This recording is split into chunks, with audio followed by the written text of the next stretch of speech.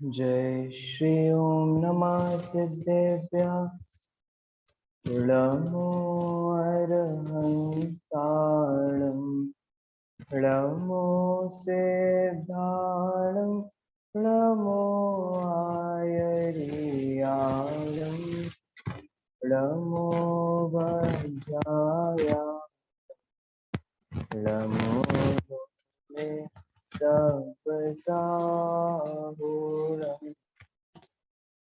मंगलम भगवान वीरो मंगलम कौतमोक्ष मंगलम कुंज कुंदाद्यो जैन धर्मोस्तु मंगलम सर्वमंगल मांगल्यम सर्वकल्याणकारकम प्रधानं सर्वधर्माणां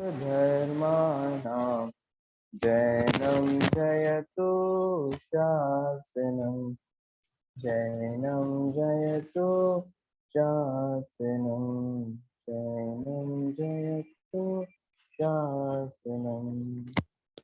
ग्रंथ का मंगलाचरण पढ़ेंगे।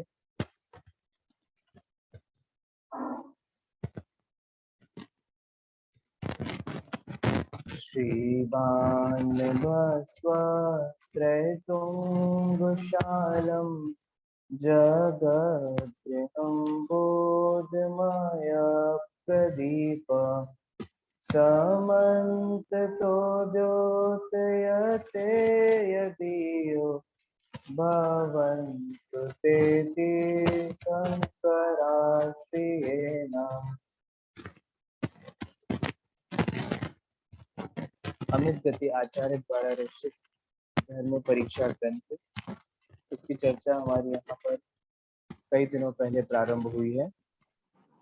अभी तक यहाँ पर अमित गति आचार्य ने देव, गुरु, धर इन तीनों को नमस्कार किया है और इनको नमस्कार करने की वक्त की किसी भी प्रकार की लौकिक कामना उन्होंने नहीं की कि कुछ ऐसा हो जाए वैसा हो जाए, नहीं, बिल्कुल भी ऐसा नहीं किया। लौकिक कामनाएं नहीं की, मात्र और मात्र ऐसी भावना भाई कि वे पंच परमेश्वरी, वे देव, वे गुरु, वे शास्त्र उनके मुक्ति मार्ग में क्या हो गए, सहायक हो गए, साधक हो गए, है ना। इसके अलावा उन्होंने और कोई लौकिक कामना या भावना नहीं पाई है।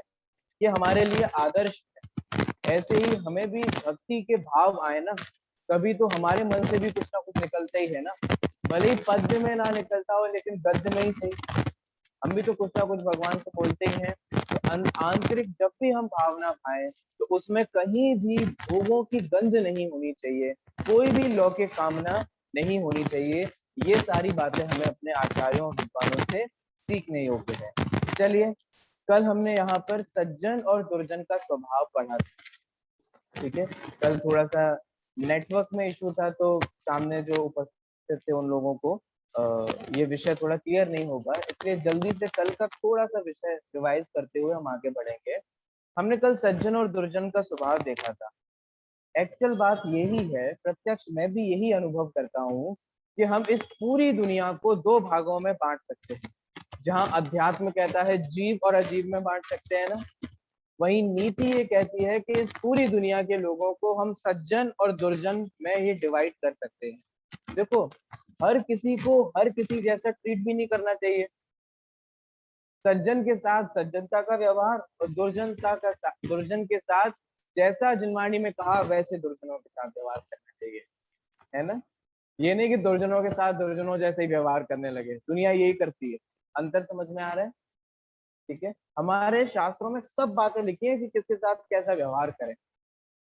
जो आजकल के लोग बड़े बड़े सेमिनार में माइक लेकर के आपको बताते हैं ना, जिनकी फीस लगती है, आपको पता है दुनिया में ऐसे बड़े बड़े सेमिनार होते हैं जिनमें फीस लगती है और यही बात समझाई जाती है। वो आचार्यों ने हमारे यहाँ लिखा है, सब लिखा है, सारा उपलब्ध है। उन्होंने क्या कहा, उन्होंने ये कहा कि इस पूरी दुनिया के लोगों को दो भागों में बांट दीजिए। एक आपको ऐसे लोग मिलेंगे जो सज्जन की कैटेगरी में आएंगे और एक आपको ऐसे लोग मिलेंगे जो दुर्जन की कैटेगरी में आएंगे। अब करना क्या है, इनका स्वरूप क्या होता है? स्वरूप ये होता है कि सज्जन व्यक्ति हर चीज में प्रसन्न रहना सीख लेता है, किसी की निंदा नहीं करता है ना, व्यर्थ की चुगली नहीं करता। लेकिन दुर्जनों का कैसा स्वभाव होता है? दुर्जनों का यहाँ क्या बताया? दुर्जनों का ऐसा स्वभाव होता है कि अगर सज्जन लोग कोई उत्तम कार्य भी कर रहे हो जिससे बहुत से लोग प्रसन्न हो रहे हो, उसमें भी वे ईर्ष्यावश उनसे क्रोध ही करते हैं। ये दुर्जनों का स्वभाव है ना। देखिए, दुष्ट व्यक्ति अच्छे कार्यों को देख देख कर भी क्या करता है बताओ? ईर्ष्या करता है, क्रोध करता है, बुराई करता है, नेगेटिविटी फैलाता है। बोलो। विचार आता है, दुर्जन व्यक्ति जितने सज्जन के कार्यों की निंदा करता है, उतनी बुरी चीजों की निंदा करे तो काम भी चले। ख्याल में आ रहा है? जैसे हम व्रतियों की निंदा करते हैं और असंयमियों की निंदा नहीं करते। बताओ ये कहाँ तक उचित है? हम त्यागी व्रतियों की निंदा करें और असंयम को बढ़ावा देवे, ये तो उचित नहीं है। जो दर्शन करने आता है हम उसकी निंदा करें, अरे आप भी तो करते हो कि सब बेकार है बेकार है। अरे हम तो ये समझाने के लिए करते हैं कि अगर भाव पूर्वक नहीं किया, प्रसन्न चित्त पूर्वक नहीं किया तो बेकार है। और इसलिए नहीं कहते कि तुम करना छोड़ दो, इसलिए कहते कि जो कर रहे हो वो प्रसन्न चित्त पूर्वक करो। ख्याल में आ रहा है? ऐसे देखो, हमें समझना पड़ेगा, शास्त्रों में देव दर्शन की महिमा भी बताई और ये भी कह दिया कि क्या लाभ है, क्यों जाता गिरनार, क्यों जाता काशी, घटघटी में है तेरे घटघट का वासी। तो नहीं जाए, बंद कर दे तीर्थ यात्रा, बंद। अभी तो वैसे ही बंद है, लेकिन जब चालू भी हो जाए तो बंद। अरे भाई, वहां तीर्थ यात्रा का निषेध नहीं है, लेकिन तुम स्वयं को खोजने के लिए अगर तीर्थ यात्राओं में और भगवान की शरण में और इन सब चीजों में जा रहे हो, तो यहाँ ये बताया जा रहा है कि भैया तुम्हारे सुख, तुम्हारा सब कुछ, तुम्हारा वैभव गिरनार जी में नहीं है, सम्मेशिखर जी में नहीं है, तुम्हारे पास ही। तुम अपने वैभव को ढूंढने के लिए गिरनार न जाओ, तुम अपने वैभव को ढूंढने के लिए, अपने सुख को ढूंढने के लिए शिखर जी नहीं जाओ। ख्याल में आ रहा है? तुम्हारा वैभव तो तुम्हारे पास। ख्याल में वहां शिखर जी नहीं जाने की बात की कही गई। आपको सभी कथनों के प्रयोजन समझने हैं। मैं आपसे क्या कह रहा हूँ? मैं आपसे ये कह रहा हूँ कि हमें ये भी नहीं पता अभी कि किसकी प्रशंसा करनी चाहिए और किसकी निंदा करनी चाहिए।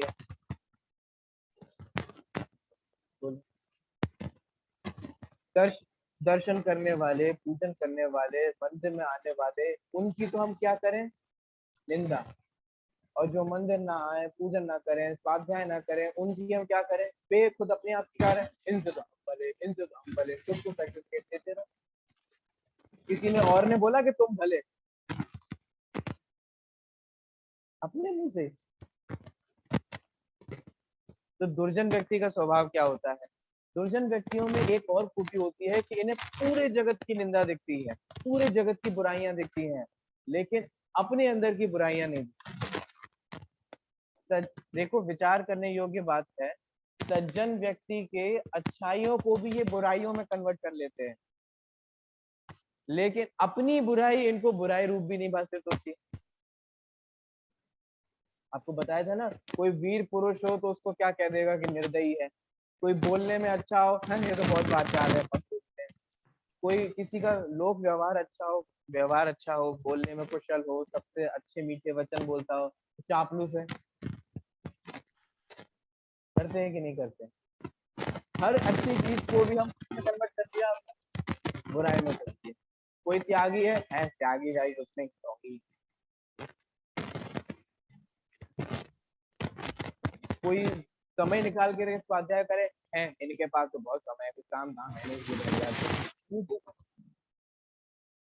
आपको समझ में आ रहा है? दुर्जनों का ऐसा गुण होता है जो कि वास्तव में दुर्गुण है, कि वो दूसरे में विद्यमान अच्छी चीजों को भी किस रूप में चेंज कर लेते हैं? बुरी रूप में चेंज कर लेते हैं।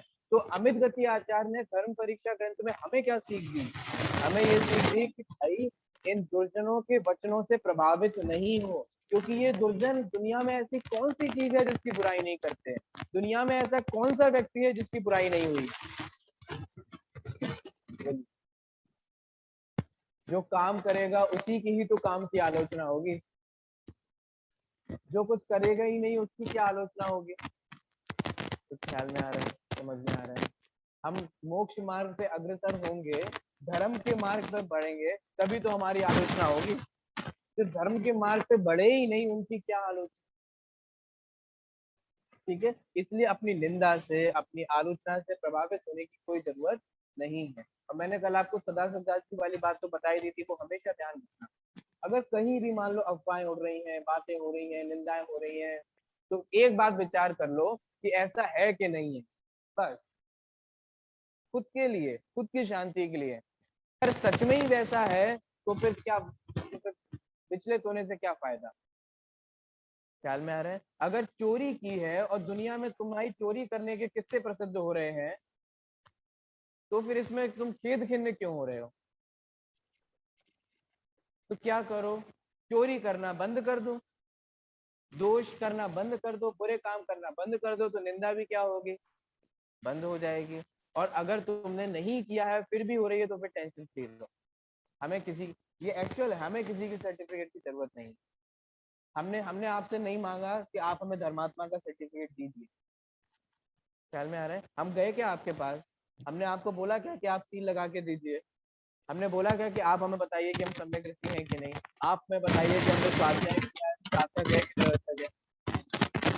आप लोग और हम लोग क्यों जाते हैं अपने धर्म के सर्टिफिकेट लेने के लिए किसी दूसरे के पास। क्या ज्ञानी गुरुओं की कमी है, क्या हमारे मार्गदर्शन देने वालों की कमी है। हम उनसे पूछेंगे जिन्होंने जीवन में खुद एक अक्षर नहीं पढ़ा, जिनके पूजन जानते नहीं, दर्शन करने के नाम पर चावल फेंक जाते हैं, मंदिर आते वक्त उन्हें सिर्फ बातों का ही ध्यान रहता है। हम उनसे सर्टिफिकेट ले जाए, बोलो इतने बुरे दिन आ गए क्या। तो आ रहा है समझ में। अगर हमें, अगर अपनी भूल भी निकालनी हो तो हम ज्ञानी गुरुओं के पास जाएंगे ना, हम उनका मार्गदर्शन लेंगे ना, हम दूसरे साधन में भाई से पूछेंगे ना। वही तो, माँ जनवाणी हमारे पास उपलब्ध है, प्रत्यक्ष में गुरु उपलब्ध है हमारे पास, साधर्मी भाई उपलब्ध है, विद्वान उपलब्ध है, ज्ञानी गुरु उपलब्ध है। हम उनकी शरण में जाकर के अपनी भूल मिटा लेंगे, उनसे बता लो के मार्गदर्शन लेंगे। किसी भी चलते फिरते व्यक्ति से मार्गदर्शन ले लेना, उनकी बातों पर ध्यान देना, ठीक है। अगर आप इन्हीं बातों पर ध्यान देते रहेंगे तो फिर आप अपने जीवन में धर्म की, ठीक है, ऐसी बात है। एक बात और बोल, देखो एक नेचर समझो। नेचर क्या है, नेचर ये है कि हर अच्छे व्यक्ति को बुरे व्यक्ति की इच्छा देता है। मैंने बहुत सारी चीजें यहाँ पे, त्यागी लोगों को असंयमी लोग ईर्ष्या की दृष्टि से देखते हैं, विषय विरक्त लोगों को विषयी जीव कैसे देखते हैं, ईर्ष्या की दृष्टि से ही देखते हैं। और भी सारे बहुत उदाहरण दिए थे। चोर जागने वालों को किस दृष्टि से ईर्ष्या, क्रोध, बुरी बुरी बातें बोलते ही नहीं बोलते। ठीक है, ये स्वभाव है। हम वैश्य, टोडामल जी ने कहा है, हम वैश्य सेवन का मना करेंगे, वैश्य सेवन की बुराई बताएंगे तो वैश्या को तो बुरा लगेगा। हम मदिरा पान के दोष बताएंगे और मदिरा पान नहीं करने की बात कहेंगे तो फिर जिनकी इसी का ही दुकान है और इसी का ही ठेका खोल रखा है जिन्होंने, उनको तो बुरा लगेगा ही, है ना। इसी प्रकार से हम धर्म की बात बताएंगे तो विधर्मियों को तो बुरा लगेगा ही लगेगा ही। और ये विधर्मी जरूरी नहीं है कि अजैन ही हो, समझ में आ रहा है। जैन के रूप में भी ऐसे विधर्मी हो सकते हैं, तो धर्म की बातों को सुन करके नाक को सिकोड़े, है ना। और खूब मोदी जी की एक एक घंटे की स्पीच को एकाग्र चित्त होकर उसको देख रहे हो, तो एकाग्र चित्त होकर के टीवी सीरियल चल रहा है तो भाई साहब वहाँ वो एक्ट्रेस रो रही है और यहाँ ये रो रही है, वो बिल्कुल एकाग्र चित्त होकर के देख रहे। बोलो, हो गई सहज स्वभाव है, इसीलिए ध्यान देना छोड़ दो। ठीक है, इसीलिए कभी भी सज्जन लोग अच्छे कार्यों को करना बंद नहीं करते। ठीक है, चलिए आगे बढ़ता हूँ। ये हमारे कल तक का रिवीजन हो गया। अब हम आगे बढ़ते हैं पेज नंबर 3 पर 11 नंबर का छंद है। ठीक है, देखिए पीडीएफ आप लोगों को मिल गई है, ऑनलाइन भी दे दी गई है। चलिए तो आप लोग पीडीएफ में देख लीजिए। देखिए, मैं समझता हूँ, कौन कह रहा है? अमित गति आचार्य कह रहे हैं कि सर्प, निंदक अर्थात चुगलखोर और यमराज, इन सबको ब्रह्मा ने दूसरे प्राणियों का अहित करने के लिए ही बनाया है। 3 चीजें हैं, ध्यान रखिएगा। कौन कौन से? सांप, सर्प, निंदक और तीसरा यमराज, माने जो मृत्यु का न्योता हमारे लिए लाता है, मृत्यु हमारे लिए लाता है। 3 चीजें हैं, सांप, निंदक और यमराज। ये किस लिए बने हैं? ये दूसरों का अहित करने के लिए बने। इनके जीवन का परम लक्ष्य क्या है? ये दूसरों का अहित करो। इनको आनंद किस में आता है? अहित करने में आता है। बोलो, दूसरों का अहित करने में आनंद मानना कौन सा ध्यान है? रौद्र ध्यान। और आपको पता है रौद्र ध्यान किसका कारण है? नरक गति का कारण है। अब मैं आपसे एक बात पूछूं, जो दूसरे की निंदा कर रहा है और स्वयं रौद्र ध्यान कर रहा है, तो वो दूसरे की बुराई कर रहा है अथवा दूसरे का बुरा कर रहा है कि अपना बुरा कर रहा है? कभी विचार किया है? हम दूसरों की बुराई करके अपनी नरक गति का बंद कर लेते हैं। जरा विचार करो, मैं सब सच्चे मन से ये बोल रहा हूँ। कहीं ऐसा ना हो कि हम दूसरों की बुराई करने में आनंद माने और या हमारे वायु का बंद हो। क्या ठिकाना है? क्या उन मुनिराजों से बिल्कुल भी प्रेरणा नहीं ली हम लोगों ने? जो मुनिराज आत्म ध्यान कर रहे थे और सिर्फ खरबूजे की स्मेल से, कुछ प्रेरणा लेने लायक है कि नहीं? और तुरंत आयु बन गई और इतना सा विकल्प आ गया कि खरबूजा मिलेगा। सोचो, क्या ये चीज हमारे लिए प्रेरणा लायक नहीं है कि कब आयु बंध जाए और किस प्रकार की आयु का बंद हो जाए? इसीलिए हमेशा सावधान रहो, हमेशा मन को सावधान रखो, हमेशा तत्व का सहारा लेते हुए चलो। तो बताओ, निंदा करने वाले दूसरों का बुरा करते हैं कि अपना बुरा करते हैं? क्या समझना है? तो आप तो बुरा मान रहे हो, टेंशन फ्री रहो ना, उसको उसकी सजा मिलेगी। हम कौन होते? मैं पता है एक्चुअल ये विचार करता हूँ, जैसे निंदा तो मेरी भी होती है कहीं ना कहीं, जहाँ भी जाओ। तो मैं क्या विचार करता हूँ, हर चीज का जवाब तो होता ही है, लेकिन मैं जवाब देना उचित नहीं समझता। मैं हमेशा ये विचार करता हूँ कि मैं कौन होता हूँ किसी को सजा देने वाला। अक्सर ये भाव आता था ना, लाओ हम तुम्हें मजा चखा है, तुम्हें क्या लगता है, तुम ही बोल सकते हो, हम भी बोल सकते हैं। अक्सर आता है कि चलो लेकिन फिर बाद में ये विचार तुरंत अपने मन को सावधान करके ये समझा लेता हूँ कि हम कौन होते हैं किसी को सजा देने वाले। भैया आवाज कम आ रही है।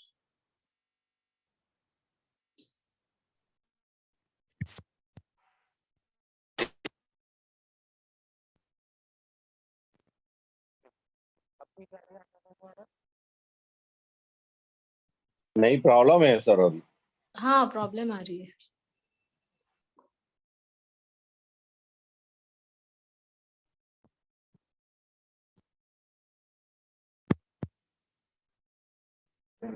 नहीं, आज तो मैं अब आप लोगों को आवाज ठीक आ रही है?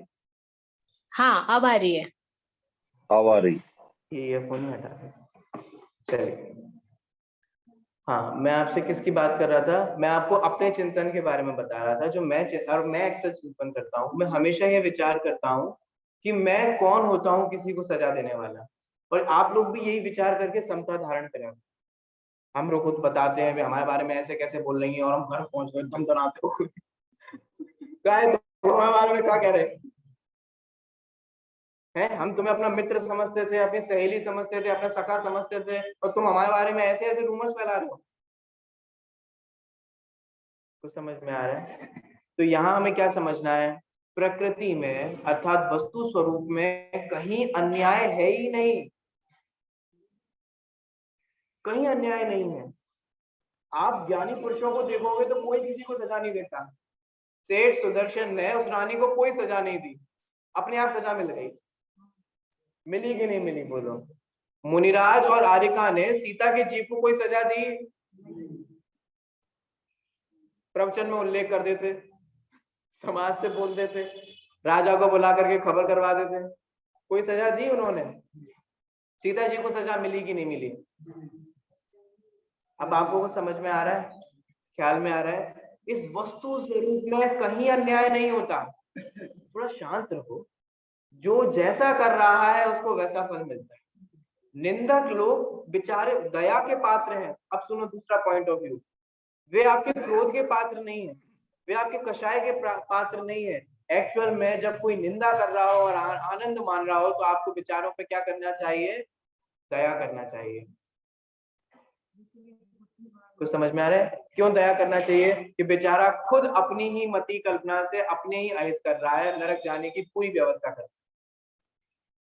कुछ ख्याल में आ रहा है? पता ऐसा जीव दया का पात्र है कि नहीं? एक और पॉजिटिव चिंतन बता दो इसी संदर्भ में, सदा सुखदास जी का है, मेरा नहीं है। मैंने आपको बताया ना, मुझे सच में सदा सुखदास जी बहुत बढ़िया लगते हैं, बहुत पॉजिटिव माइंडसेट है उनका। वो पता है क्या कहते हैं? अरे खुश हो जाओ। क्यों खुश क्यों हो जाऊं? हमारी बुराई चल रही है और आप कह रहे हो हम खुश हो जाए। बोलो ऐसा कौन कहता है? सदा सुखदास जी कहते हैं, हमारे विद्वान कहते हैं जिन्होंने चिंतन किया। क्यों खुश हो जाओ? अरे हम प्रतिदिन ये विचार करते हैं कि अष्ट कर्म दहना है, अष्ट कर्म विध्वंसना है, कर्मों का अभाव करना है ना। अरे निंदा करने वाला कितना बढ़िया पुरुष है जो आपके कर्मों की निर्जरा कर रहा है और स्वयं कर्म का बंद कर रहा है। बोलो बोलो ऐसा व्यक्ति अच्छा है कि बुरा है? उपकारी है। हाँ ये शब्द उपकारी है। वो तो आपको तो ग्लैड फील होना चाहिए, उनके प्रति उपकार का भाव आना चाहिए। क्यों? क्योंकि वो आपके कर्मों की तो निर्जरा हो रही है और स्वयं कर्म का बंद कर रहा है विचार। अब आपको समझ में आ रहा है? इसीलिए साफ रहो, सफाई नहीं दो। ठीक है, ये बहुत अच्छी बात यहाँ पर हमारे को समझ में आती है। देखिए आगे, ये तीनों लोगों को प्राणियों का अहित करने के लिए बनाया है। क्यों भाई, ऐसा क्यों कह रहे हैं? कारण कि यदि ऐसा ना होता तो फिर ये सब जन समूह को सुखी देखकर उसे उद्विग्न कैसे करते। कई लोग ऐसे होते हैं जिनको ये पचता ही नहीं है कि सब कुछ अच्छा चल रहा है, कुछ ना कुछ एक एक खुरापात तो एक एक डाल देना चाहिए, है ना। ऐसा यहाँ पर कह रहे हैं। ये किसका स्वभाव होता है? ये दुर्जनों का स्वभाव होता है। और देखिए क्या कहते हैं, तात्पर्य यह है कि जिस प्रकार सर्प व यम जन्म से ही स्वभावतः दूसरों का अहित करने वाले हैं, उसी प्रकार दुर्जन का भी स्वभाव जन्म से ही दूसरों के अहित करने का हुआ करता है। बड़े बड़े कविराज उस दोषग्राही दुष्ट पुरुष की कितनी ही सेवा क्यों ना करें, अंडरलाइन दिमाग में कर लीजिए। बड़े बड़े कविराज, यहाँ तो अमित गति आचार्य ग्रंथ लिख रहे हैं ना, तो वो ग्रंथ के संबंध में ये बात कह रहे हैं और अन्य सभी संदर्भों में ये बात लगा लेना चाहिए। बड़े बड़े कविराज उस दोषग्राही दुष्ट पुरुष की कितनी ही सेवा क्यों ना करें, किंतु वह अपनी कुटिलता को नहीं छोड़ सकता। कुछ ख्याल में आ रहा है? मुनि पार्श्वनाथ के जीव, पार्श्वनाथ भगवान के जीव कितने ही शांत रहे, कितने ही शांत रहे, लेकिन कमठ ने अपनी दुष्टता छोड़ी, भावों तक चलती रही, उपसर्ग करता रहा। आपने एक चीज और देखा होगा, जब सामने वाला व्यक्ति कोई क्रोध करता है ना आप पे और आप शांत रहते हो, तो आपके शांत रहने से वो और गुस्सैल हो जाता है। ऐसा भी देखने में आता है ना। आपको हंसी आ जाए या वो देखे कि आपको कोई प्रभाव नहीं पड़ रहा या आप अभी भी प्रसन्न हैं, तो वो और क्या हो जाता है, वो और गुस्सैल हो जाता है और उसको बुराइयां करने लग जाता है और वो चिढ़ जाता है ना। तो यहाँ क्या कहा जा रहा है कि भाई दुष्ट पुरुषों की कितनी ही सेवा करो, इनका कैसा स्वभाव होता है, ये दुष्ट दुष्ट ही रहेंगे, है ना। ऐसी यहाँ पे बात कही गई है। देखो देखो सुनो, ये लौकिक दृष्टि से बात कही गई है। परमार्थ से बताओ, दुष्ट कभी दुष्ट रहे ये जरूरी नहीं, ये परमार्थ है। देखो अलग अलग चीजें हैं। ये नीति वर्ग वाक्य है कि भाई दुष्ट व्यक्ति स्वभाव से ही कुटिल है, ठीक है, और एक्चुअल में होता भी, हम उसको समझाएं भी ना तो भी वो अपनी कुटिलता नहीं छोड़ता। कई लोग ऐसे मैंने देखे हैं जिनका बात बात पे झूठ बोलते हैं, उन्हें समझ में भी आता है कि झूठ नहीं बोलना चाहिए, लेकिन उनका ऐसा स्वभाव बन जाता है कि वे झूठ बोल ही देते हैं बिना मतलब के। कुछ ख्याल में आ रहा है? तो हमें क्या करना चाहिए, हमें ऐसे लोगों को उनके स्वभाव पे छोड़ देना चाहिए। आपको पता है, और ये चीज मैंने दादा से भी सीखी है। दादा हर किसी को, मैंने उनके सानिध्य में मैं रहा तो बहुत कुछ सीखा। वे हर किसी को एक जैसा ट्रीट नहीं करते, वे लोगों को लोगों के स्वभाव के अनुसार ट्रीट करते हैं, और आपको भी ये कला सीखनी चाहिए। एक ढल्ले से सभी से काम नहीं करा जाता। कुछ ख्याल में आ रहा है? एक ही चीज से। अब सामने वाला व्यक्ति कैसा है, उससे कैसे वचन बोलने हैं, उससे कैसे कार्य कराना है, अथवा उससे कैसे डील करना है, ये सब व्यक्ति का अलग अलग होता है। सज्जनों के प्रति अलग व्यवहार होता है, दुर्जनों के प्रति अलग व्यवहार होता है। कुछ ख्याल में आया है? पर ऐसा करना ही चाहिए। देखिए, तो यहाँ कह रहे हैं भैया सावधान रहना, सांप को कितना भी दूध पिलाओ वो जहर ही उगलेगा, और हो सकता है कि वो बाद में आपको काट भी ले और डस भी ले। ऐसे ही दुष्ट स्वभाव के लोगों को कितना भी अपने पास रखो, जरा सावधान रहना, है ना। इनकी खूब सेवा करो, इनकी खूब अच्छी अच्छी बातें करो, तो भी ये बुराई करे बिना, निंदा करे बिना मानने वाले नहीं है। और देखो, एक बात और सुनाता हूं मैं आपको, चाणक्य की बात बताता हूँ। ये वही चाणक्य है जो बाद में जैन मुनि बन गए थे, आपको पता है, जिन्होंने अर्थशास्त्र की रचना की, चंद्रगुप्त मौर्य, है ना, और उनके गुरु चाणक्य, दोनों ही ने, चंद्रगुप्त मौर्य भी ने भी जैन दीक्षा ग्रहण की थी, जो कि प्रसिद्ध है भद्रबाहु की गुफा में, और चाणक्य ने भी जैन दीक्षा ग्रहण की थी। बहुत अपने समय के बहुत होनहार व्यक्ति थे, बहुत बुद्धिशाली व्यक्ति थे, ठीक है। उन्होंने पता है क्या कहा है, आप लोगों के लिए बताता हूँ जो सुनने लायक है। जो व्यक्ति किसी दूसरे की बुराई आपसे कर रहा है ना, वो निश्चित मानो कि वो आपकी बुराई भी किसी दूसरे से करेगा। कुछ आ रहा है समझ में? क्या कह रहे हैं? इसीलिए दूसरों की निंदा सुनने में बहरे हो जाओ। देखो, निंदा करनी नहीं है, ये तो पॉइंट है ही क्लियर, लेकिन सुनने में तो मजा आता है। सुनो, निंदा सुननी भी नहीं है। कहा जाता है ना, दूसरों के निंदा करने में गूंगे हो जाओ, दूसरों के दोष देखने में अंधे हो जाओ, और दूसरों की निंदा सुनने में बहरे हो जाओ। कोई, और ये नेचर बनाना पड़ेगा आपको। कोई अगर आपसे कहे ना जे ऐसे भी वैसे, इग्नोर करना शुरू कर दो। सामने वालों को समझ में आ जाएगा इनको कोई इंटरेस्ट नहीं आता, ये छोड़ो इनको, अब कैसे दूसरी वाली चीज को पकड़ेंगे, ये कोई रिटर्न में ही नहीं देती कुछ, ये शांत भाव से बैठ जाती है, और जो हम बोलते हैं वो सुन लेती है, कुछ जवाब ही नहीं देती। मजा तो तब है ना, दो हम माल मसाला आपको दें, चार आप हमें दो, फिर हम उसमें तड़का लगा के फिर आगे परंपरा से पहुंचाएं। कुछ ख्याल में आ रहा है? दूसरों की निंदा सुनने में हमें कैसा हो जाना चाहिए? बहरा हो जाना चाहिए, ठीक है, अरुचि दिखानी चाहिए। क्या हो, आप एक बात विचार करो, उस निंदा को सुनने से क्या हो जाएगा? अगर आपको आनंद आ जाएगा तो आपको भी तो रौद्र ध्यान हुआ कि नहीं हुआ? वो बोल करके कर रहा है, आप सुन करके कर रहे हो।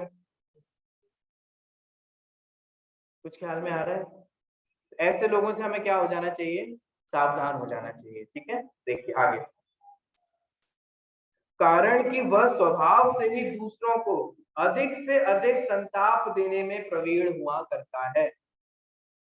उदाहरण के रूप में देखो कि अग्नि की जितनी अधिक उपासना की जाती है, उसे जितने अधिक समीप में लेते हैं, वह उतने ही अधिक दाह को उत्पन्न किया करती है। उदाहरण समझ में आया? क्या दिया? अग्नि का उदाहरण दिया। कैसे? कि अग्नि की हम जितनी अधिक सेवा करेंगे, उतनी ही वो अधिक हमारे को दाह उत्पन्न करेगी। दो दृष्टि से सेवा समझ सकते हैं। आप अग्नि में जितनी भी चीजें डालेंगे जलने के लिए, तो वो अग्नि और क्या हो जाएगी? बढ़कर जाएगी। ये दूसरी दृष्टि से उदाहरण बता रहा हूँ। उसकी जितनी सेवा करोगे उतनी वो बढ़क जाएगी कि नहीं बढ़क जाएगी, और उतना ही जलाएगी कि नहीं जलाएगी। अग्नि के जितने जितने पास जाओगे उतने ही उतने जलोगे। तो फिर बाद में मत रोना कि हम जल क्यों गए। इनने हमारे साथ ऐसे क्यों कर दिया, इनने हमारे ऐसे क्यों बोल दिया। यहाँ कह रहे हैं दुर्जनों के साथ जितने जितने पास जाओगे ना, उतने वे अधिक अधिक दुख उत्पन्न देंगे। ठीक है, इसलिए हमें ऐसे गैंग में शामिल ही नहीं होना, हमें ऐसे लोगों के पास ही नहीं जाना। बुरे लोगों के साथ रहने से अच्छा है अकेले रह जाओ। नीति के वाक्य हैं ये सारे। चलो छोड़ो नीति को, आप नीति की बात नहीं भी मानो, कुंद आचार्य की बात तो मानोगे। कुंद आचार्य ने प्रवचन सार ग्रंथ में संगति के बारे में लिखा। सोचो किन लोगों की संगति करनी चाहिए, किसने लिखा? कुंद आचार्य ने प्रवचन सार में, अंतिम गाथाओं में हमें मिलता है। पता है क्या लिखा? उन्होंने ये लिखा कि सबसे पहले गुणाधिक की संगति करनी चाहिए। हमेशा अपने से अधिक ज्ञानवान, अपने से अधिक त्यागी, व्रती, जो भी जिस फील्ड में हो ना, हमें हमेशा अपने से अच्छे लोगों की संगति करनी चाहिए। ख्याल में आ रहा है, समझ में आ रहा है? सबसे पहली प्रायोरिटी होनी चाहिए कि अपने से अच्छे लोगों की। ठीक है, हम देख रहे हैं कि हमसे अच्छा चिंतन इनका चलता है, हमसे अच्छा स्वाध्याय ये करते हैं, हमसे अच्छे परिणाम इनके रहते हैं, तो ऐसे लोगों की हमें क्या करनी चाहिए? संगति करनी चाहिए। ठीक है साहब, ऐसा तो कोई दिख नहीं रहा, कोई बात नहीं। दूसरा पॉइंट, समान धर्म वालों की संगति करनी चाहिए। कुंद आचार्य के शब्द हैं। सबसे पहली प्रायोरिटी तो क्या होनी चाहिए? गुणाधिक की संगति। सेकंड नंबर पे अगर गुणाधिक प्राप्त ना हो, उपलब्ध ना हो, तो समान बुद्धि वाले, समान धर्म वालों की संगति करनी चाहिए। ठीक है, लेकिन अपने से हीन धर्म वाले और गुण वालों की संगति भूल कर भी नहीं करना चाहिए। ये कुंद आचार्य के शब्द हैं। 5 लोगों की शराबियों का गैंग हो और आप रात्रि में पानी भी नहीं पीते हो और चले जाएं आप उनके साथ, 1 महीना रह करके देखो। 1 महीना भी बहुत ज्यादा हो गया। उनके पास तो पता नहीं वो कौन सी कला होती है अपने रंग में रंग लेने की। बोलो क्या होगा? कल से आप भी उन्हीं गैंग में शामिल होते हुए मिलेंगे कि नहीं मिलेंगे? बोलो, कुछ ख्याल में आ रहा है? संगति का असर समझ में आ रहा है? इसीलिए कुंद आचार्य ने कहा अपने से हीन वालों की संगति तो नहीं करनी। ठीक है, अकेले रह जाएंगे हम। अकेला कोई दोष थोड़ी ना है, हम अकेले को इतना दोष क्यों समझते हैं? जितने बड़े से बड़े ज्ञानी हुए हैं वे सब अकेला रहना चाहते हैं। और तुम अकेला रहना क्या, तुम अकेले हो? नहीं हो, नहीं हो अकेले। समझ में तो तब आएगा जब कोविड हो जाएगा, पूरे घर वाले एक कमरे में डाल देंगे, अब यहाँ तक खाना सरका देंगे, तब लगेगा अरे भैया हम अकेले हो गए, बताओ सब लोगों ने अकेला कर दिया, किसी से मिल नहीं पा रहे। अरे अकेले हो नहीं गए, तुम अकेले हो। तो अकेला तो तुमने बुद्धि से समझ लिया, तुम्हें लगता है कि ये सब लोग हैं, लेकिन एक्चुअल में तुम अकेले हो। कुछ आ रहा है आपको समझ में? ये वस्तु स्वरूप है, ये कोई पूरी बातें नहीं है। हम अकेले हो नहीं जाते हैं, हम एक्चुअल में ही अकेले हैं। बस अब विचार करें तो समझ में आ जाता है। चोर दूसरों के लिए चोरी करे और उसको हो जाए सजा, तो बोलो कौन जाएगा जेल में? अपने परिवार वालों को ले जाए तो चलेगा? बोलो, बाहर दौड़ दौड़ करके कमा रहे हैं और कोविड हो जाए, परिवार वाले लेंगे? लेकिन कमाई तो ले लेंगे, कमाया हुआ तो लेंगे। कुछ आ रहा है आपको समझ में? कुछ ख्याल में आ रहा है? ये कैसा वस्तु का स्वरूप है? हम अकेले हो नहीं जाते हैं, हम अकेले हैं ही। समझ में तो बहुत लेट आता है हम। ठीक है, लेकिन 2 बात है। अक्सर व्यक्ति मैं अकेला हूं ये पता है कब समझता है? दुखी होकर, परेशान होकर, हड़बड़ाहट में, डिप्रेस्ड होकर के, सैड होकर के। और हमारे कहते हैं अहम एक को खलु सुतो, कुंद आचार्य कहते हैं मैं एक हूं। वो प्रसन्न चित्त से, ज्ञानी प्रसन्न चित्त से स्वीकार करते हैं इस सत्य को। और हम हमेशा एंड में आकर के, जब सब जगह से धोखा मिलता है, सारे गेट खटखटा के देख लिए, कोई साथी नहीं समझ में आ रहा है, सारे ऑप्शंस बंद दिखाई दे रहे हैं, तब लगता है हाँ दिनवाने की बात तो सही है, शुद्ध धारा हो न सीरी। तो स्वार्थ है वीर, ये कब समझ में आया तुम्हें? कब से लास्ट में समझ में आया? और ये कैसे स्वीकार किया हमने? रो धो के स्वीकार किया। इसको कहते हैं टोडरमल जी, मूड हो भविता में विचारता है। मूड होकर के विचारा है, कोई तुम्हारा सम्यक विचार थोड़ी ना है, मिथ्या विचार है। मिथ्या विचार, मूड कुछ दिखा नहीं तब जाकर के विचार किया। कुछ ख्याल में आ रहा है? इसलिए सावधान, है ना। देखिए आगे, अग्नि का उदाहरण तो आपको समझ में आ गया होगा। अग्नि के उदाहरण से समझाया कि अग्नि को जितनी सेवा करोगे, सामग्री दोगे, अग्नि उतनी भड़केगी। दूसरी बात, अग्नि के जितने समीप जाओगे उतने ही ताप का अनुभव होगा, ठीक है, गर्मी का अनुभव होगा। ठीक है, आगे देखिए, ये तो हो गई बुरे लोगों की बात। अब अच्छे लोगों की, सत्पुरुषों की, तो सुनो। ब्रह्मदेव ने मेघ को, ठीक है, चंदन को, चंद्र को और सत्पुरुष, इन सबको एक ही मिट्टी के खंड से बनाया है, ऐसा मैं मानता हूँ। अच्छे अच्छे लोगों की कैटेगरी बना दी, ये सब एक ही मिट्टी से बने हैं। कैसे? कारण कि यदि ऐसा ना होता तो फिर ये अकारण ही दूसरे जनों का निरंतर उपकार क्यों करते? एक शब्द समझ में आ रहा है, अकारण। सुनो, हाँ, अपना कोई कारण हो तो पूरी दुनिया चापलूसी करती है, नहीं होता? कई बार तो हम ही पूछ रहे थे, क्या बात है, कोई क्या काम कराना है बताओ। दूसरों का व्यवहार देख करके समझ जाते हैं, ये समझ जाते हैं। काम बोलो तुम, चलो कोई शुरू हो जाए, भैया आप तो बहुत अच्छे हो, आप तो इस दुनिया के सबसे अच्छे भैया हो, तो भाई भी बहन से पूछ ही लेता है, बताओ क्या काम है। समझ में आ रहा है? ये जो प्रशंसा की गई है, ये जो अच्छी बातें बोली गई है, ये तो स्वार्थ से बोला गया है, अकारण नहीं बोला गया है। देखो, आप लोगों को सच में एक बात बता दो, अगर मजा लेना हो ना जीवन में, तो कभी कभार अकारण भी मदद किया करो दूसरों की। अकारण मतलब बिना किसी कारण के, बिना किसी स्वार्थ के, बिना किसी हिसाब के। हर छोटी छोटी सी चीजों का हिसाब रखते हो, बुरी अच्छी कितने काम किए उन सबका हिसाब है हमारे पास। अब बुरे जो कर रहे हैं जरा उसका भी तो हिसाब बताओ। हमने एक बार जब वे बीमार हो गए, उनकी सेवा की, उनका ये किया, उनका वो किया, जब वे सही थी तब तुम गाली भी तो दी, तो लड़ी भी तो थी। कुछ आपको ख्याल में आ रहा है? अपने आसपास के लोग आपको कोई दिखे ना, करके देखो, आपको आनंद आएगा। दया करना, करुणा करना, ये सब अकारण ही जीव को सुखी देते हैं। कभी किसी को परेशान देख रहे हो ना, अकारण ही उसकी मदद करते।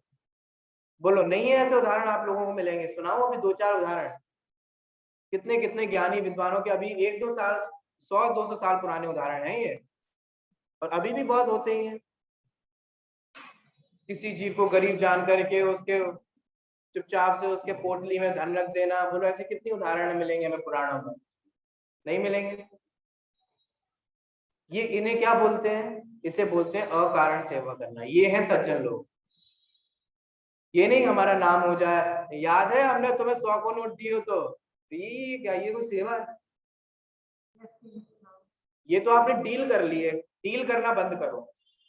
ख्याल में आ रहा है? हर जगह वणिक वृत्ति लगाना अच्छी बात नहीं, माना कि बनिया हो, लेकिन हर जगह व्यापार करना, हर जगह डील करना, हम तुम्हें 100 का नोट देंगे, तुम हमें 100 का देना, हम तुम्हारी सेवा करेंगे, तुम हमारी सेवा करना, हम तुम्हें खाना खिलाएंगे, फिर जब हम बूढ़े हो जाएं तुम हमें खिलाना। बंद करो, है ना? इस चीजों को, इन सब चीजों को बंद करो। क्या शुरू करो? अकारण मदद करना। मजा आएगा। कभी एक दिन सोचना, आज आप नियम भी ले सकते हो कि आज मैं किसी एक व्यक्ति की ऐसे ही बिना उसके पूछे, बिना उसके मांगे, बिना उसके कहे, अगर मुझे दिखाई दे रहा है तो मैं उसकी सेवा करूंगा, मदद करूंगा, हेल्प करूंगा, अकारण। अब बदले में मैं कुछ नहीं चाहूंगा। कुछ समझ में आ रहा है? आपको अच्छा फील होगा, दूसरे को अच्छा फील होगा। देखिए, सज्जन लोग ऐसे होते हैं। कारण कि यदि ऐसा ना होता तो फिर ये अकारण ही दूसरे जनों का निरंतर उपकार क्यों करते हैं? नहीं करना चाहिए था। तात्पर्य यह है कि सत्पुरुष मेघ, बादल, चंदन और चंद्रमा के समान निरपेक्ष होकर, निरपेक्ष शब्द अंडरलाइन कर लीजिए, निरपेक्ष, क्या मतलब होता है निरपेक्ष का? कोई अपेक्षा नहीं होना। और हम तो अपेक्षाओं के ही जीवन में जी रहे हैं। बेटे से अलग अपेक्षाएं हैं, बहू से अलग अपेक्षा है, पति से अलग अपेक्षा है, पत्नी से अलग अपेक्षा है, रात रिश्तेदारों से अलग अपेक्षा है, कितनी कितनी अपेक्षाएं कर रहे हैं। यहाँ क्या कह रहे हैं? अपेक्षाओं से क्या होने वाला है? सुनो एक बात कहता हूँ, खूब अपेक्षाएं करके देख ली ना, क्या मिला? थोड़ा आप निरपेक्ष होकर भी देख लो ना, क्या चला जाएगा? बोलो, डील समझ में आ रही है ये? अभी तक हमने अपेक्षाएं की, उम्मीद ही उम्मीदें रखी लोगों से। यहाँ क्या कह रहे हैं? अब थोड़ा निरपेक्ष हो जाओ। ठीक है, सत्पुरुष कैसे होते हैं? ऐसे निरपेक्ष ही सेवा करते हैं, निरपेक्ष ही सब कुछ करते हैं। देखिए, निरपेक्ष होकर स्वभाव से ही दूसरों का भला किया करते हैं। स्वभाव से ही। वो बुरा है, फिर तुम उसको क्यों इतना कर रहे हो? कोई बात नहीं, अगर वो बुरा बुरा होने के लिए स्वतंत्र है तो मैं अच्छा अच्छा होने के लिए स्वतंत्र हूँ। क्यों नहीं हो सकता ऐसा? क्या है हमेशा तुमसे ऐसे तड़बड़ा के बोलते, तुम इतने प्यार से क्यों बोलती? तुमको सुना दिया करो, तुमका कम हो? तुम कैसे मीठे मीठे वचन बोलते हो? तुम भी बोल दिया करो, तुम भी सुना दिया करो, अपन का कम है किसी से? कुछ ख्याल में आ रहा है? अगर सामने वाला बौखलाने के लिए स्वतंत्र है, निंदा करने के लिए स्वतंत्र है, चिल्लाने के लिए स्वतंत्र है, चीखने के लिए स्वतंत्र है, तो हम शांत रहने के लिए भी क्या है? स्वतंत्र है। हूँ स्वतंत्र निश्चल निष्काम का मतलब ये है, इतना स्वतंत्र हूं मैं। उपसर्ग करने वाला उपसर्ग करने के लिए स्वतंत्र है, ठीक है, और साम्य भाव रखने वाले साम्य भाव रखने के लिए स्वतंत्र है। और ऐसा ही तो होता है, ऐसा ही तो किया है। निंदा करने वाले निंदा करने के लिए स्वतंत्र हैं, समता रखने वाले समता रखने के लिए स्वतंत्र हैं। एक जल्दी से 1 मिनट में मैं आपको दूसरी कहानी सुना देता हूँ। एक बार क्या होता है कि एक तालाब में एक बिच्छू डूब रहा होता है, ठीक है, आपने सुनी भी होगी। तो वो बिच्छू जब डूब रहा होता है तो एक किसी सज्जन व्यक्ति को ऐसा लगा कि बेचारा वो डूब रहा है तो उसको बचा लेना चाहिए, है ना, अकारण ही है। लेकिन उनको क्या पता था कि दुर्जन व्यक्ति को याद आ रहा है, इनकी कितनी भी सेवा करो डंक मारेंगे। ख्याल में आ रहा है? तो उनको विचार आया कि चलो भाई मदद कर दें। तो उन्होंने उस बिच्छू को पकड़ रहे थे, बार बार ऐसे हाथ से पकड़ने की कोशिश कर, हालांकि लकड़ी से कर लेते तो डंक नहीं मारता, लेकिन उनको भी जरा हाथ से करने का विकल्प आया, तो उन्होंने हाथ से उसको पकड़ पकड़ के बार बार के उसको कोशिश कर रहे थे। ठीक है, अब वो कोशिश कर रहे थे, वो समझे कि मारना चाह रहे हैं, तो वो बार बार उनको डंक मारे, है ना, वो बार बार उनको बचाए और वो बार बार डंक मारे, वो बचाए वो डंक मारे। सामने एक तीसरा व्यक्ति देख रहा था, उसे समझ में ही नहीं आ रहा, तो उसमें लगा तुम पागल हो क्या, मूर्ख हो क्या, बेवकूफ हो क्या, मरने दो अपन को क्या। बोलो यही आता है कि नहीं आता? दुनिया यही सीख देती है कि नहीं देखती? मरने दो, हमें क्या करना, जाओ चूल्हे में जाओ, भाड़ में जाओ, मरो जाके, ऐसे ही तो बोल देता है शब्द आदमी, मरने दो ना, क्या हो गया। तो उनके यही वचन थे, अगर ये बिच्छू डंक मारने में स्वतंत्र है, अगर ये बिच्छू डंक मारने के लिए स्वाधीन है, तो मैं इसकी रक्षा करने के लिए भी क्या हूँ? स्वाधीन हूँ। क्यों? सुनो, इसका रीजन है, ऐसे ही नहीं बोल दी ये बात, इसका रीजन है। क्या रीजन है? क्योंकि डंक मारने वाले को डंक मारने का फल मिलेगा और बचाने वाले को बचाने वाले का फल मिलेगा। ऐसी थोड़ी ना बोल दिया। कुछ आ रहा है ख्याल में? अरे मुझे तो मेरे भावों का फल मिलने वाला है ना, उसके डंक मारने का फल मुझे तो नहीं मिलने वाला है ना। कुछ ख्याल में आ रहा है? तो ऐसे बात है, ऐसे होते हैं सज्जन लोग। सज्जन बनिए। आगे देखिए, दुर्जन से पीड़ित होता हुआ भी सज्जन। लो, हर कोई पीड़ित है। कोई कहता है परिवार अच्छा नहीं है, कोई कहता है पति अच्छा नहीं है, कोई कहता है बच्चे अच्छे नहीं है, कोई कहता है समाज अच्छी नहीं है ना। सुनो, अब सुनो, दुर्जन से पीड़ित होता हुआ भी सज्जन अपने गुणों के द्वारा उसका निरंतर उपकार ही किया करता है,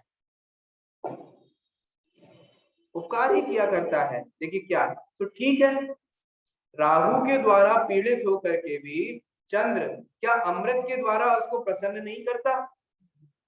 लौकिक किंवदंतियों के माध्यम से, लौकिक कहानियों के माध्यम से अवश्य ही प्रसन्न करता है।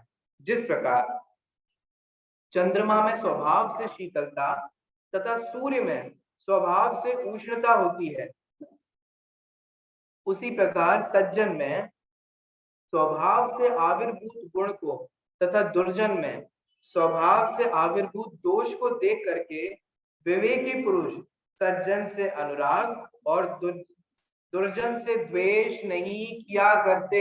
ये समझने वाली बात है। अकेला द्वेष नहीं, राग भी।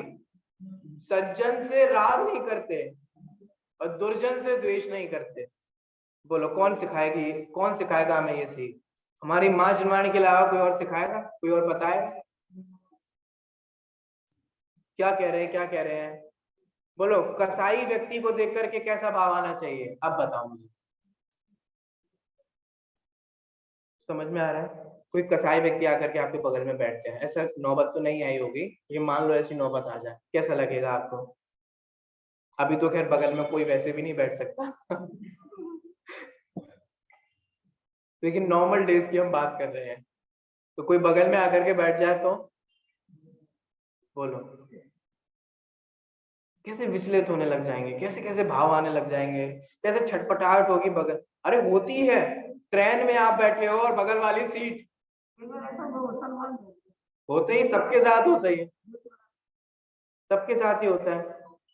आप क्या सुनो, एक बात बताता हूँ आपको डील करना सीखना ही पड़ेगा। क्यों? क्योंकि आप घर में तो दीवार खिंचवा लोगे, ट्रेन में दीवार कैसे खिंचवाओगे? बस में कैसे दीवार खिंचाओगे? बोलो। यहाँ तो खैर फ्लैट की परंपरा नहीं है, लेकिन आप शहरों में रहते हो, वहां तो फ्लैट बिकते हैं। आपने एक फ्लैट ले लिया ना, बगल वाला किसी और अन्य विधर्मी ने ले लिया, अब वो बना रहा है नॉन वेज, अब वो बना रहा है प्याज लहसुन, खुशबू तो आपके यहाँ भी आएगी। अब बोलो कैसे रहोगे? कुछ आ रहा है? ये आज की वर्तमान परिस्थिति है जो हमें सीखना पड़ेगा, रहना सीखना पड़ेगा। क्या कर सकते हो? कुछ ख्याल में आ रहा है? आपने भी टिकट ली है, उसने भी टिकट ली है, आप भी फर्स्ट एसी, वो भी फर्स्ट एसी। अब बोलो क्या करोगे? उपाय क्या है आपके पास? तो कहीं ना कहीं हमें डील करना सीखना पड़ेगा। चलो हम बताते नहीं हमें क्या करना है, हम एक बार आचार्यों के पास जाते हैं कि उन्होंने क्या किया। बताओ क्या किया? दो मुनिराजों ने एक मांसाहारी व्यक्ति को देख करके, एक मांसाहारी पशु को देख करके क्या किया? नहीं पता कौन सी कहानी के बारे में बोल रहा हूं? बोलो। दो मुनिराज थे ना, और भगवान महावीर के जीव कोई भक्ति तो नहीं कर रहे थे, स्वाध्याय तो नहीं कर रहे थे, क्या कर रहे थे? हिरण फाड़ के खा रहे थे। और देख लो जितने भी चित्र बनाए जाते हैं ना, उनके हाथ में भी इधर उधर सब लगे पड़े थे, थोड़ा बहुत मुंह में भी तो होगा कि नहीं होगा? ऐसे व्यक्ति को देख करके क्या फिर भी उनको कैसा विकल्प आया, कैसा विचार आया? ठीक है, समता रखिए, है ना, दूसरों के दोष नहीं देखे, उन दोषों में भी क्रोध नहीं किया, और तो भी अगर कुछ भाव भी आया, विकल्प भी आया, तो भी शांत भाव से उन्होंने अपना संबोधन किया। कुछ ख्याल में आया है? हमें ऐसा ही सीखना पड़ेगा। क्यों? क्योंकि अगर हम सज्जनों से अनुराग करेंगे तो राग के वश होकर के दुखी होंगे, और हम दुर्जनों से द्वेष करेंगे तो द्वेष के कारण दुखी होंगे। और प्रत्यक्ष समझ में आता है कि राग और द्वेष दोनों ही दुख के कारण। ख्याल में आ रहा है? इसीलिए यहाँ पे ये कहा जा रहा है कि सज्जन पुरुष क्या होते हैं? सज्जन पुरुष इससे थोड़ा ऊपर उठ गए होते हैं।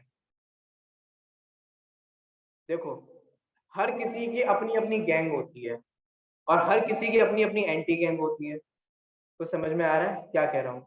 मेरे कुछ पर्सनल फेवरेट्स भी होते हैं, और मेरे कुछ पर्सनल ऐसे लोग भी होते हैं जिनके कारण इनका शकल देख के गुस्सा होते ना हर व्यक्ति में। यहाँ क्या कहा जा रहा है? इससे ऊपर उठो थोड़ा। ये तुच्छ बातें हैं, ये संसारियों की बातें हैं, थोड़ा इससे ऊपर उठ करके विचार करो। कैसा विचार करो? कि सज्जन हो और दुर्जन हो, इन दोनों में ही राग और द्वेष नहीं करना। कुछ आ रहा है समझ में? साहब उनकी शकल देख के गुस्सा आती है, बोलो क्या इलाज है? शकल देख के गुस्सा आती है, प्लास्टिक सर्जरी करवा दें, शकल चेंज करवा दें? बोलो, उसको बोल दे छोड़ के चले जा, फिर कल को तुम्हें किसी दूसरे व्यक्ति की शकल देख के गुस्सा आएगी। अच्छा चलो, अभी तो तुम्हारी कंप्लेन है, किसी को तुम्हारी शक्ल पे देख के तो गुस्सा आती है, क्या करें, क्या करोगे? आपको कुछ ख्याल में आ पा रहा है? हमारे पास एक ही उपाय है और यही सही उपाय है। कैसा उपाय है? कि इन राग और द्वेष से परे उठो और थोड़ा समता रहना सीखो, सहज रहना सीखो, है ना। राग, हर किसी से राग कर लेना, हर किसी से भी द्वेष करते लगना, कोई प्रशंसा करते तो राग हो गया, अपनी गैंग में शामिल कर लिया, कोई थोड़ी सी निंदा कर ले तो तुरंत हमने उसकी निंदा करना शुरू कर दी, उससे द्वेष करना शुरू कर दिया, उसके बारे में बुरा बुरा बोलना शुरू कर दिया। मैं सच में चाहता हूं कि हम लोगों को इससे थोड़ा ऊपर उठना चाहिए। ये तुच्छ, एक्चुअल में मैं यही समझता हूँ, ये बहुत तुच्छ लेवल की बातें हैं, बहुत नीच लोगों की बातें, दुर्जनों की बातें हैं। थोड़ा ऊपर उठो, राग द्वेष से थोड़े परे उठो। इन आपको सच में मजा आने लग जाएगा जब आप इन सब से फर्क ही नहीं पड़ेगा। मैं सच्ची बोल रहा हूँ, आपको मजा आने लग जाए। कोई कहेगा तुम तो बहुत खाते हो, बोलो, हो सकता है ना कोई कहने वाला, आपका घर का ही मेंबर हो सकता है, ये तुम इतना खाते, ये तुम बादाम खा रहे, ये तुम ये खा रहे, ये तुम मठा भी पी रहे, ये इनने 3-3 रोटी खा ली, ये इनने इतने पराठे खा लिए, ये इनने दूसरी कटोरी। बोलो हो सकता है कि नहीं हो सकता है? अब इससे परे उठ जाओ। जब आपको किसी की निंदा और किसी की प्रशंसा से कोई फर्क नहीं पड़ेगा ना, तब जिस लेवल के आनंद में आप रहोगे ना, वो कुछ अलौकिक ही होगा। ठीक है, इस प्रकार हम भी सज्जन के अनुसार राग और द्वेष से परे उठ करके समता भाव को अपनाएं, वीतराग भाव को अपनाएं, इसी में ही हमारा कल्याण है। ऐसा कल्याण सभी जीवों का हो, इसी मंगल भावना के साथ अभी की बात पे ही विराम। शुद्ध स्वरूपी अविनाशी सजाओ, अविनाशी सजाओ, अविनाशी देह मरे पर मैं नहीं मरता, अजर अमर अविनाशी।